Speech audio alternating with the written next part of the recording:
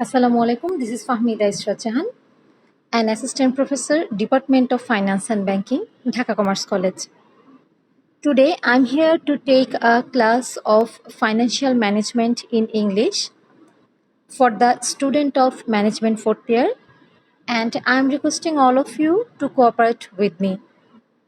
My dear student, আশা করি সবাই ভালো আছেন এবং আপনারা সকলেই স্ক্রিনের সামনে যথাসময়ে উপস্থিত হয়েছেন আজকের এই ক্লাসটি অ্যাটেন্ড করার জন্য। অ্যাজ ইউজুয়াল অন্যান্য দিনের ক্লাসের মতো আজকেও শুরুতে আমি আপনাদেরকে মনে করিয়ে দেব যে আমরা গত ক্লাসে কি পড়েছিলাম এবং কোথায় গিয়ে আমরা আমাদের ক্লাসের সমাপ্তি ঘোষণা করেছিলাম। আফটার দ্যাট আমরা আজকের ক্লাসটি শুরু করব ইনশাআল্লাহ।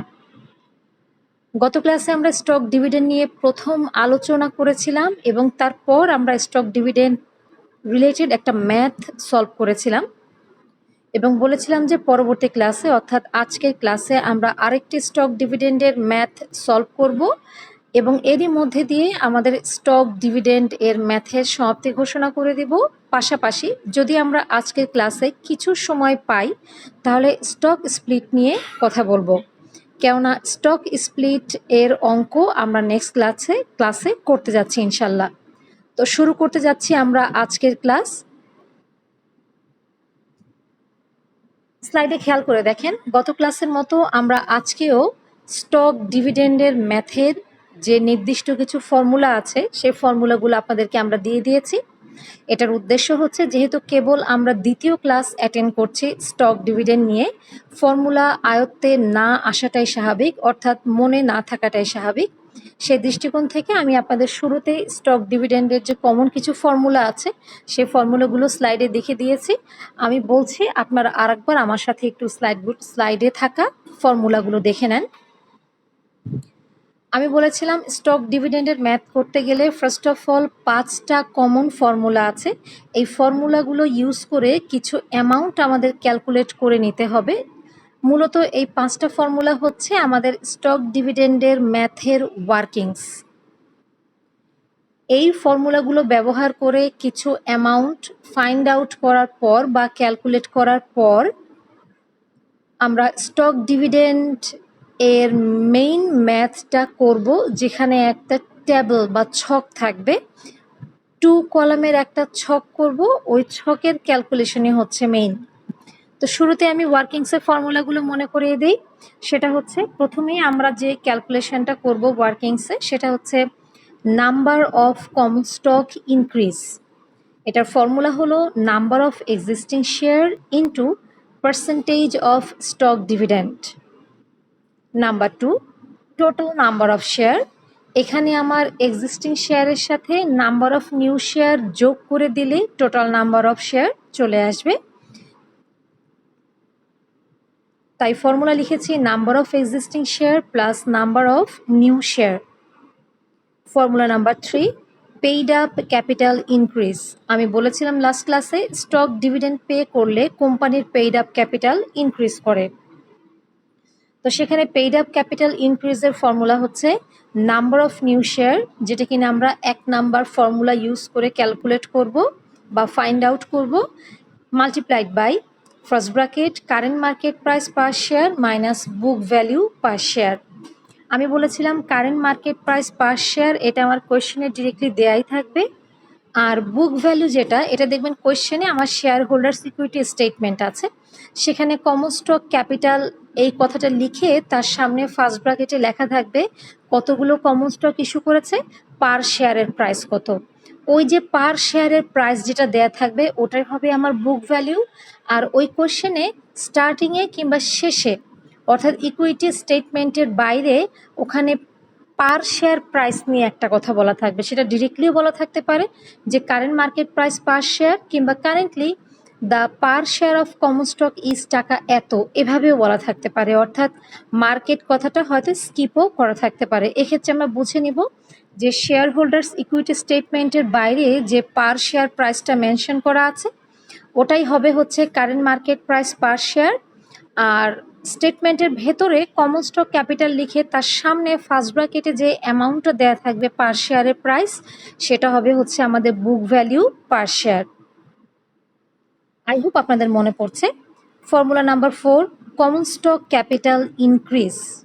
আমি আরও বলেছিলাম যে স্টক ডিভিডেন্ড পে করলে কমন স্টক ক্যাপিটাল ইনক্রিজ করে। কিভাবে? সাপোজ আমার এখন মার্কেটে 1 লাখ শেয়ার আছে। দিস ইয়ার আমি শেয়ার হোল্ডারদেরকে ডিভিডেন্ড ক্যাশে দিতে পারছি না, স্টকের মাধ্যমে দিচ্ছি। তো স্টকের মাধ্যমে দেওয়া মানে হচ্ছে আরও কিছু নতুন স্টক আমি ইস্যু করে শেয়ার হোল্ডারদের মাঝে দিয়ে দিচ্ছি। তো তাই যদি হয় তাহলে আগে আছে 1 লাখ, এখন আরও কিছু শেয়ার আমি ইস্যু করলাম, তাহলে নাম্বার অফ শেয়ার ইনক্রিজ করলো না?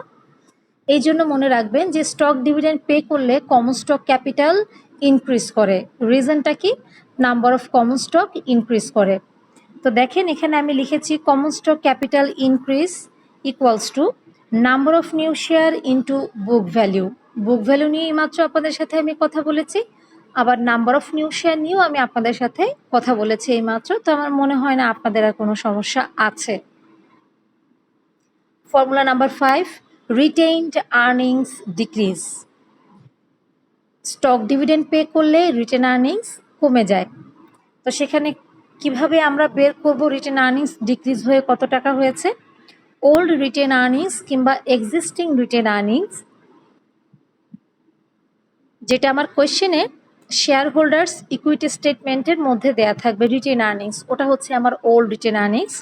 সেখান থেকে মাইনাস করব আমি এই ওয়ার্কিংসের 3 নাম্বার ফর্মুলা থেকে পাওয়া পেইড আপ ক্যাপিটাল ইনক্রিজ, আরও মাইনাস করব 4 নাম্বার ফর্মুলা থেকে পাওয়া কমন স্টক ক্যাপিটাল ইনক্রিজ।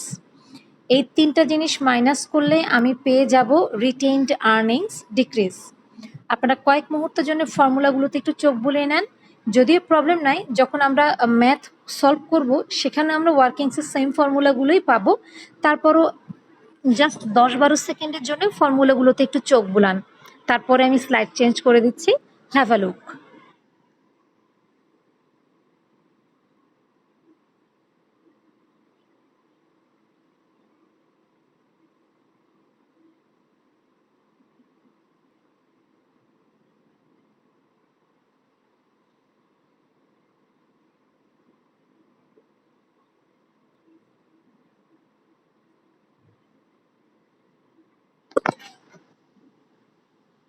আমি আশা করছি আপনারা ফর্মুলাগুলো মোটামুটি দেখে নিয়েছেন। আমি স্লাইড চেঞ্জ করছি।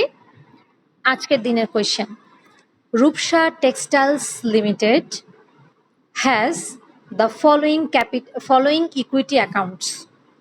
আচ্ছা দেখি তাহলে ইকুইটি স্টেটমেন্ট অ্যাকাউন্টে কি কি আছে। প্রথমে দেওয়া আছে ইকুইটি শেয়ার ক্যাপিটাল, টাকা 10 পার 5 লাখ শেয়ারস, অ্যামাউন্ট হচ্ছে 50 লাখ টাকা। এই যে দেখতে পাচ্ছেন 5 লাখ শেয়ারস, এটা হচ্ছে নাম্বার অফ এক্সিস্টিং শেয়ার, টাকা 10 পার এটা হচ্ছে বুক ভ্যালু। ঠিক আছে, তো এভাবে আমরা দেখতে পেলাম তাদের বর্তমানে অর্থাৎ কারেন্টলি তাদের এক্সিস্টিং ইকুইটি শেয়ার ক্যাপিটাল আছে 50 লাখ টাকা। এরপর ক্যাপিটাল সারপ্লাস, যেটাকে আপনারা পেইড আপ ক্যাপিটালও বলতে পারেন, এটা হচ্ছে 15 লাখ। নেক্সট আছে retain earnings 85 lakh. Net worth বা বলতে পারেন টোটাল শেয়ার হোল্ডার্স ইকুইটি আছে 1 crore and 50 লাখ। গত দিনের কোয়েশ্চেনের চাইতে আজকের কোয়েশ্চেনের চেঞ্জটা দেখেন, পেইড আপ ক্যাপিটালের জায়গায় লেখা আছে ক্যাপিটাল সারপ্লাস, আর টোটাল শেয়ার হোল্ডার্স ইকুইটি না লিখে লেখা আছে নেট ওয়ার্থ 1 crore 50 লাখ টাকা। আচ্ছা একই জিনিস, জাস্ট আপনাদেরকে চিনালাম বা জানালাম যে যদি ল্যাঙ্গুয়েজে ভ্যারিয়েশন আসে সেটা কেমন হতে পারে। এরপরে দেখেন স্টেটমেন্টের বাইরে লেখা আছে the price of the company's share on December 31st was taka 25। অর্থাৎ at the end of the year, December 31st মানেই কিন্তু at the end of the year, ওই বছরের শেষে কোম্পানির শেয়ারের প্রাইস ছিল 25 টাকা। This is the current market price per share. ঠিক আছে, বা market price per share. If the firm declare a stock dividend of 20%, then what would B the reformulate capital structure. বলেছে যদি কোম্পানি 20% স্টক ডিভিডেন্ড ডিক্লেয়ার করে তাহলে এই যে তাদের ইকুইটি অ্যাকাউন্টস আছে এটা রিফর্মুলেট করলে কেমন হয়ে যাবে, এটা জানতে চেয়েছে। আচ্ছা তার মানে 20% স্টক ডিভিডেন্ড ধরে আমরা একবার ম্যাথটা কমপ্লিট করব। আচ্ছা এরপরে কি বলেছে, again if the firm declare a 50% stock dividend rather than 20% stock dividend. চেঞ্জটা খেয়াল করেন, বলেছে যদি তারা 20% স্টক ডিভিডেন্ড না দিয়ে এখানে 50% স্টক ডিভিডেন্ড দেয়, then what kind of changes will be in share holders equity statement? তাহলে শেয়ার হোল্ডারদের ইকুইটি স্টেটমেন্টে কি চেঞ্জ আসবে? আমরা চেঞ্জটা কম্পেয়ার করব আমাদের কোশ্চেনে যে স্টেটমেন্টটা দেওয়া আছে তার সাথে। তো আমাদের এখন মূল বিষয়টা হচ্ছে এরকম, 20% স্টক ডিভিডেন্ড ধরে আমরা একবার স্টক ডিভিডেন্ডের ম্যাথ করব।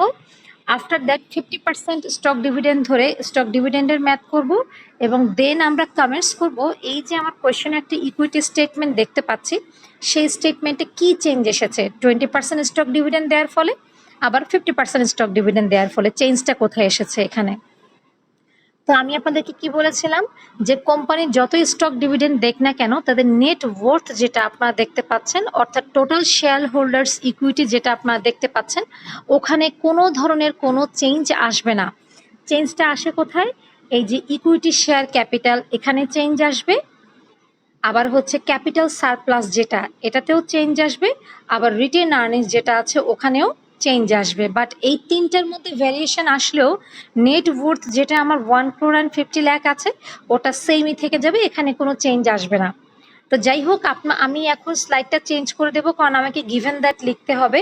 তো সেখানে আমরা যে ইনফরমেশনগুলো লিখবো সেটা হচ্ছে, প্রথমেই আমরা এখানে পাচ্ছি হচ্ছে বুক ভ্যালু পার শেয়ার টাকা 10, then number of existing share 5 lakh, আর আরেকটা হচ্ছে current market price per share টাকা 25।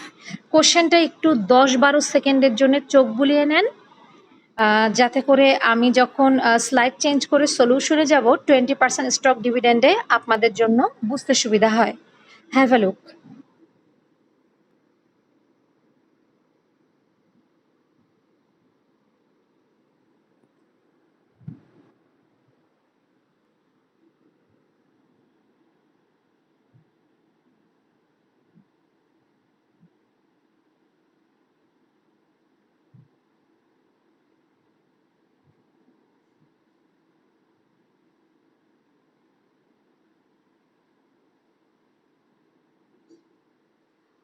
আমার মনে হয় আপনাদের কোশ্চেন দেখা এক নজরে শেষ হয়ে গেছে। আমি স্লাইড চেঞ্জ করে দিচ্ছি। সলিউশনে দেখেন, শুরুতে আমি কি করেছি, নাম্বার এ এবং নাম্বার বি নিয়ে দিয়ে দিয়েছি। নাম্বারিংটা আমি নিজের থেকেই করে দিয়েছি যাতে আপনাদের বুঝতে সুবিধা হয়। এক্সাম হলে আপনারা নাম্বার এ নাম্বার বি দিলে কোনো সমস্যা নাই, না দিলে তো অবভিয়াসলি সমস্যা নাই। রিজন হচ্ছে এখানে রিকোয়ারমেন্টে কোনো এ বি নাম্বারিং করা হয় নাই। তো শুরু করছি। সলিউশন লিখে নাম্বার এ দিয়েছি আমি, ইন 20% স্টক ডিভিডেন্ড। যদি কোম্পানি 20% স্টক ডিভিডেন্ড দেয় সেক্ষেত্রে কি বলেছিলাম, কমন যে 5টা ফর্মুলা আছে ওই ফর্মুলাগুলোকে ইউজ করে আমাকে ক্যালকুলেশনে যেতে হবে। তো Roman 1, number of common stock increase, এটার ফর্মুলা আমি কি দিয়েছিলাম, number of existing share into percentage of stock dividend. তো এইমাত্র আমরা কোয়েশ্চেনে দেখেছি number of existing share 5 lakh, আর এখানে আমার স্টক ডিভিডেন্ডের ডিক্লারেশন আছে কত, 20%। 5 লাখের 20% দ্বারাই হচ্ছে 1 লাখ শেয়ার্স। তাহলে number of common stock increase করেছে কত, আগের চাইতে 1 লাখ ইনক্রিজ করেছে। Formula number 2, total number of share, এটার ফর্মুলা হচ্ছে number of existing share plus number of new share. Existing share আমরা কোশ্চেনেই পেয়েছি 5 লাখ, আর নাম্বার অফ নিউ শেয়ার এই মাত্র রিকোয়ারমেন্ট 1-এ আমরা পেয়েছি 1 লাখ। তাহলে ইন টোটালে আমার এখন শেয়ার দাঁড়াচ্ছে হচ্ছে 6 লাখ। আগে ছিল 5 লাখ, স্টক ডিভিডেন্ডের জন্য ইস্যু করেছি 1 লাখ, টোটালে আমার শেয়ার দাঁড়িয়েছে 6 lakh. Formula number 3, paid up capital increase. এই পেইড আপ ক্যাপিটাল ইনক্রিজের ফর্মুলা হচ্ছে number of new share into first bracket current market price per share minus book value per share bracket close. তো number of new share আমরা Roman 1 এখান থেকে পেয়েছিলাম হচ্ছে 1 lakh share, সেখানে আমি 1 লাখ লিখে দিয়েছি। Current market price per share আমাদের টেবিলের নিচে লেখা ছিল না যে ডিসেম্বর 31 এটার প্রাইস হবে 25 টাকা, ওটাই হচ্ছে current market price per share, তাই আমি এখানে 25 লিখে দিয়েছি। মাইনাস বুক ভ্যালু, এটা আমার স্টেটমেন্টের মধ্যে দেওয়া ছিল না, টাকা 10 পার এরপরে 5 লাখ শেয়ার্স, ওই 10টাই হবে হচ্ছে আমার বুক ভ্যালু। এবার 25 থেকে 10 যদি মাইনাস করি এটা দাঁড়ায় হচ্ছে 15, আর 1 লাখের সাথে 15 যদি গুণ করি তাহলে সেটা হয় হচ্ছে 15 লাখ টাকা। তাহলে পেইড আপ ক্যাপিটাল আগের চাইতে ইনক্রিজ করেছে 15 লাখ টাকা। Formula number 4 common stock capital increase. এটার ফর্মুলা হচ্ছে number of new share into book value. তো নাম্বার অফ নিউ শেয়ার আমরা পেয়েছি 1 লাখ, আর বুক ভ্যালু ওই যে বলেছিলাম না কোশ্চেনে দেয়া আছে টাকা 10। তো 1 লাখের সাথে যদি আমি 10 টাকা মাল্টিপ্লাই করে দেই, তাহলে আমাদের কমন স্টক ক্যাপিটাল ইনক্রিজ করেছে আগের চাইতে 10 লাখ টাকা। আগে তো ছিল 50 লাখ। দেখেন আমি একটু স্লাইডটা চেঞ্জ করে দিচ্ছি। ইকুইটি শেয়ার ক্যাপিটাল দেখেন অ্যামাউন্ট ছিল কত এখানে 50 লাখ, তার মানে এক্সিস্টিং হচ্ছে 50 লাখ, আর এখন স্টক ডিভিডেন্ড ডিক্লেয়ার করার কারণে রোমান 4-এ দেখবেন আরও 10 লাখ বেড়ে গেছে। Formula number 5 and last one ওয়ার্কিংসের জন্য রিটেন আর্নিংস ডিক্রিজেস। আমি বলেছিলাম স্টক ডিভিডেন্ড পে করলে রিটেন আর্নিংস আগের চাইতে ডিক্রিজ করে। তো সেক্ষেত্রে ফর্মুলা হচ্ছে ওল্ড রিটেন আর্নিংস বা এক্সিস্টিং রিটেন আর্নিংস, যেটা আমার কোয়েশ্চেনে ইকুইটি স্টেটমেন্টে দেওয়া আছে 85 লাখ টাকা। এখান থেকে মাইনাস করব হচ্ছে ফর্মুলা নাম্বার 3-তে পাওয়া paid up capital increase minus formula number 4-এ পাওয়া কমন স্টক ক্যাপিটাল ইনক্রিজ। তাহলে ওল্ড রিটেন আর্নিংস হচ্ছে 85 lakh minus paid up capital increase হচ্ছে 15 lakh minus common stock capital increase হচ্ছে 10 লাখ। এভাবে আমার রিটেন আর্নিংস ডিক্রিজেস হলো টাকা 60 লাখ।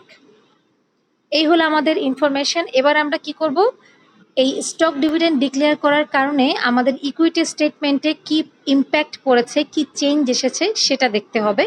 তো সেটা দেখতে গিয়ে আমরা ইকুইটি স্টেটমেন্টটা তৈরি করছি।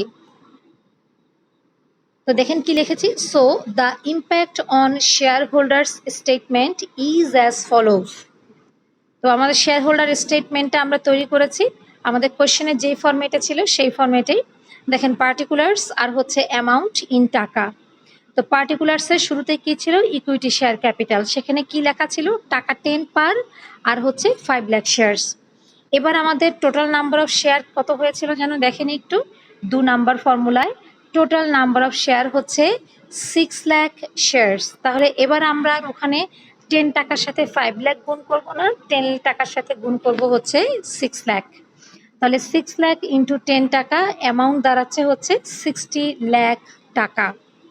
আগে ছিল 50 লাখ, এবার হয়ে গেছে 60 লাখ। তাহলে আমরা প্রমাণ পেয়েছি স্টক ডিভিডেন্ডের কারণে ইকুইটি শেয়ার ক্যাপিটাল বা কমন স্টক ক্যাপিটাল ইনক্রিজ করে। Okay fine. এরপর দেখেন ক্যাপিটাল সারপ্লাস আমার আগে ছিল কত সেটা একটু দেখি। ক্যাপিটাল সারপ্লাস আগে ছিল হচ্ছে 15 লাখ, যেটাকে আমরা পেইড আপ ক্যাপিটাল বলি। আর এই ফর্মুলা নাম্বার 3-তে দেখেন পেইড আপ ক্যাপিটাল ইনক্রিজ, এটাও হয়েছে 15 লাখ। তাহলে ওল্ডের সাথে নিউ যোগ করতে হয়, গত ক্লাসে আমি করিয়েছিলাম। ওল্ডও আছে 15 লাখ, কাকতালীয়ভাবে আমার এখানে নিউ হয়েছে 15 লাখ, যদিও সবসময় দুটা কিন্তু সেম হয় না। তাহলে আমার ক্যাপিটাল সারপ্লাস দাঁড়াচ্ছে হচ্ছে 30 লাখ টাকা। এবার রিটেইনড আর্নিংস। রিটেইনড আর্নিংস আগে ছিল কত আমার দেখেন একটু, রিটেন আর্নিংস কোশ্চেনের দিকে তাকান, আমার আগে ছিল 85 লাখ। এবার আমি বলেছিলাম কি স্টক ডিভিডেন্ডের কারণে রিটেন আর্নিংসটা কিন্তু ডিক্রিজ করে। তো রিটেন আর্নিংস ডিক্রিজ করে হয়েছে কত দেখেন একদম লাস্টে 60 লাখ। তাহলে আমার এখানে যে ইকুইটি স্টেটমেন্ট নতুন করে যেটা তৈরি করলাম, সেখানে রিটেন আর্নিংসের জায়গায় লিখবো হচ্ছে আমার নতুন যেটা আমি ক্যালকুলেট করে পেয়েছি অর্থাৎ 60 লাখ। এবার দেখেন 60 লাখ 60 লাখ 1 crore 20 লাখ, তার সাথে যদি আমি 30 লাখ যোগ করে দেই তাহলে দাঁড়ায় হচ্ছে 1 crore 50 লাখ। খেয়াল করেছেন স্টক ডিভিডেন্ড পে করার কারণে আমার ভেতরকার যে অ্যামাউন্টগুলো আছে সেগুলো চেঞ্জ হয়েছে, বাট টোটাল অ্যামাউন্ট যেটাকে আমরা নেট ওয়ার্থ বলি এটা কিন্তু আনচেঞ্জড আছে। তাহলে আমরা বলতে পারি যে স্টক ডিভিডেন্ড পে করার কারণে company common stock capital increase করে, ক্যাপিটাল সারপ্লাস ইনক্রিজ করে, রিটেন আর্নিংস ডিক্রিজ করে, but total share holders equity remain unchanged. এটা গেল হচ্ছে আমার ফার্স্ট। সেকেন্ডে কি বলেছিল, যদি 20% না দিয়ে 50% স্টক ডিভিডেন্ড ডিক্লেয়ার করে তাহলে তাদের ইকুইটি স্টেটমেন্টে কি চেঞ্জটা আসবে সেটা জানতে চেয়েছে। তাহলে আমাদের যেটা করতে হবে 50% স্টক ডিভিডেন্ডে নতুন করে আবার আমাকে ওই একই ফরম্যাটে ম্যাথ করতে হবে। আসেন আমরা করছি।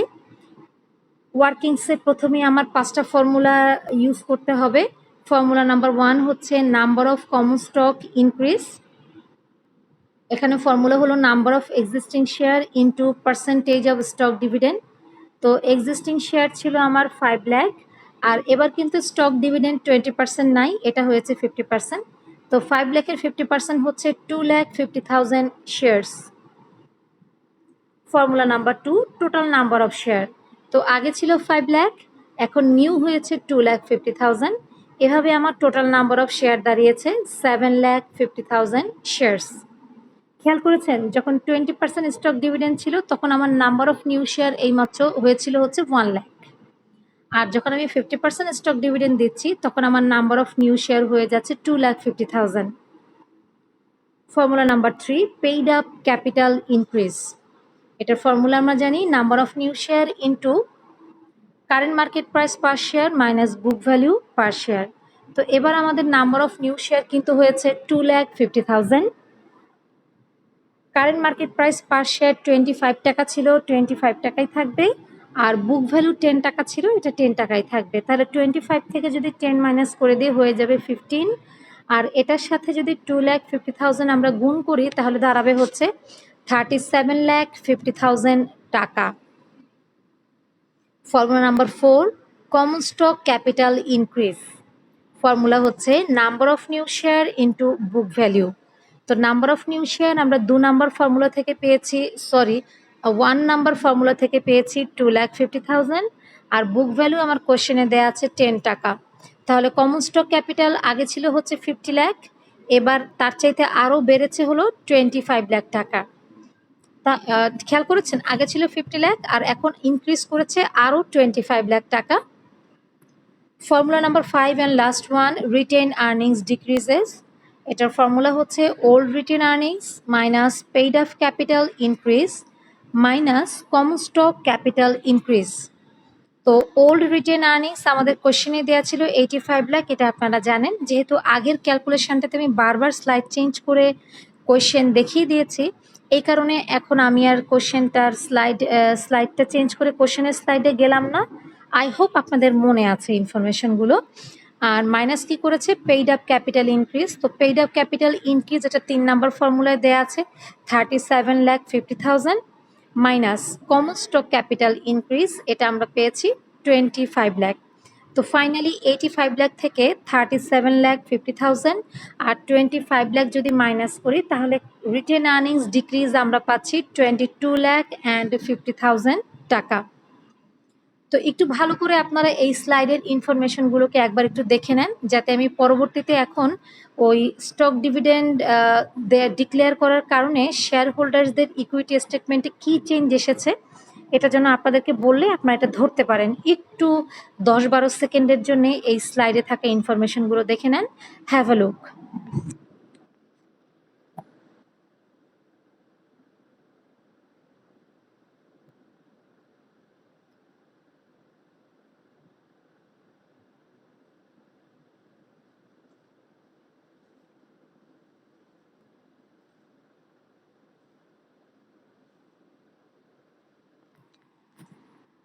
আমার মনে হয় আপনাদের ইনফরমেশনগুলো অর্থাৎ অ্যামাউন্টগুলো দেখা হয়ে গেছে।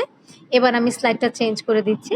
দেখেন, so the impact on share holders statement is as follows.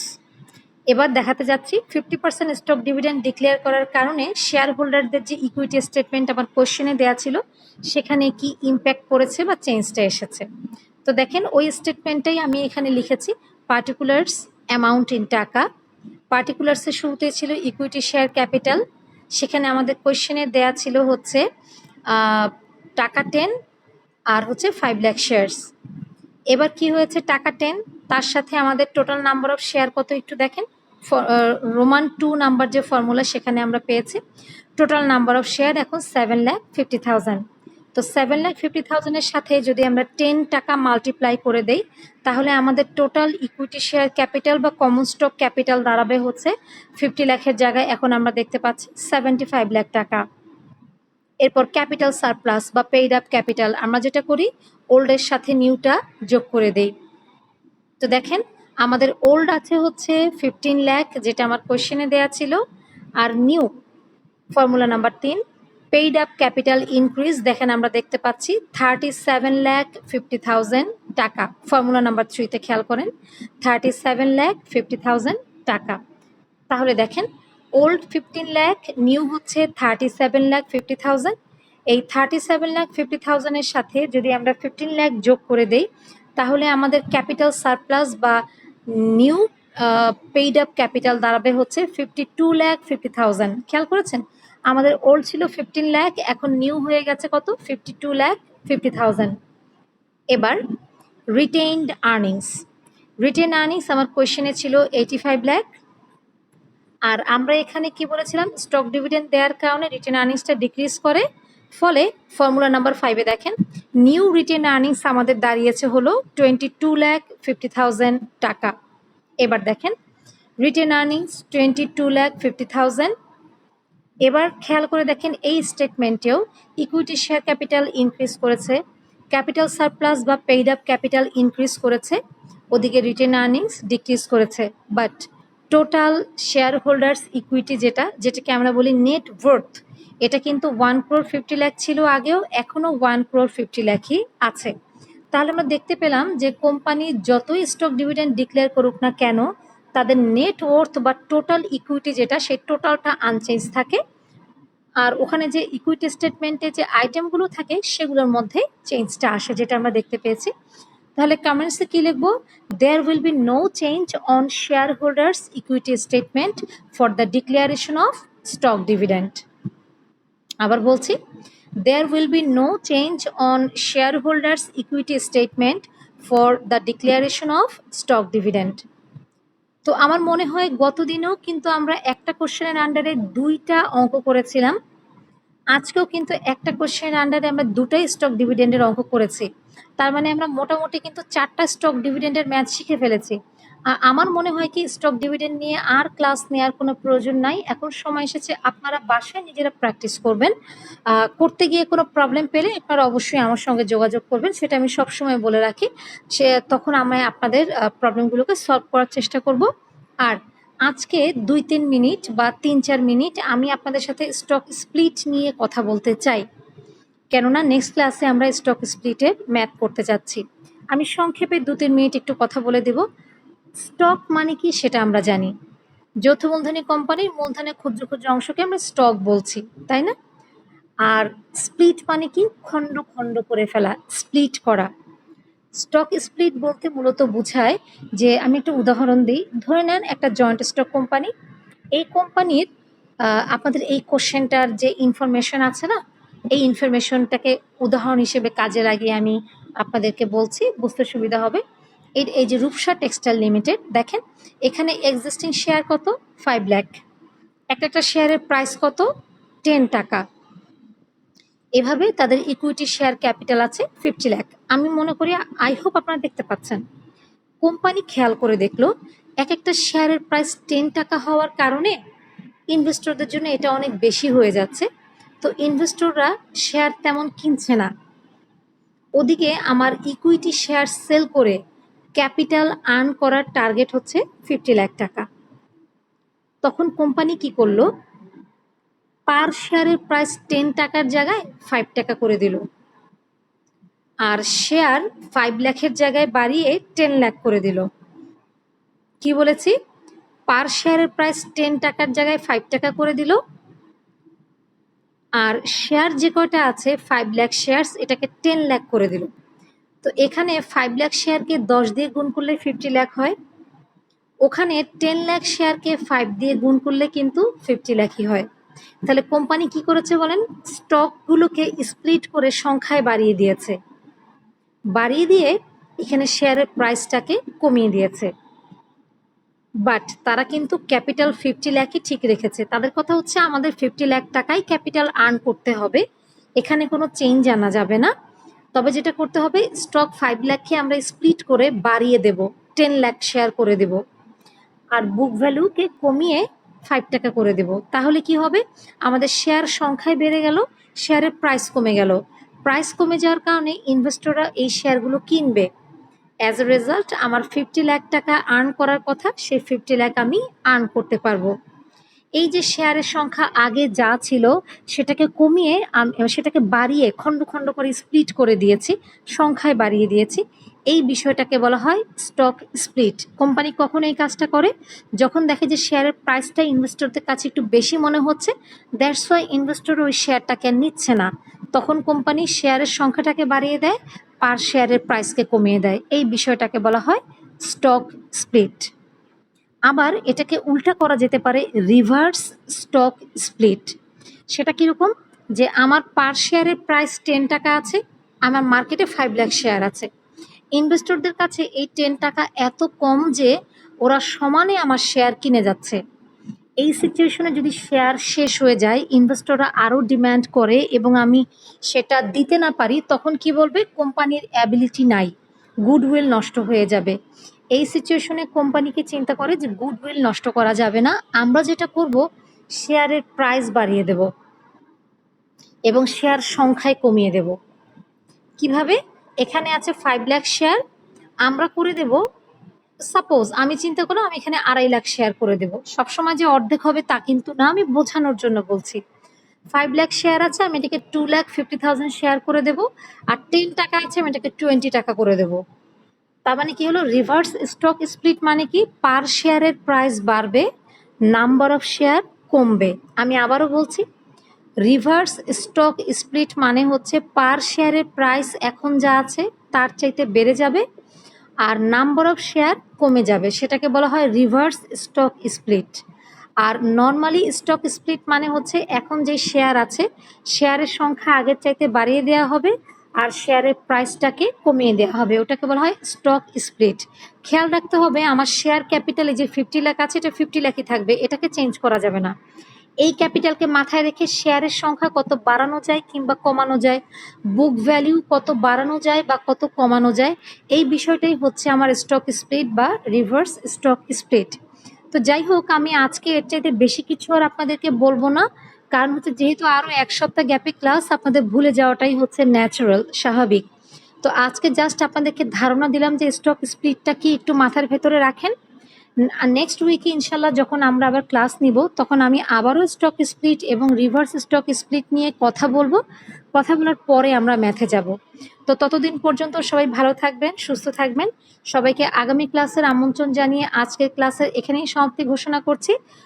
ধন্যবাদ।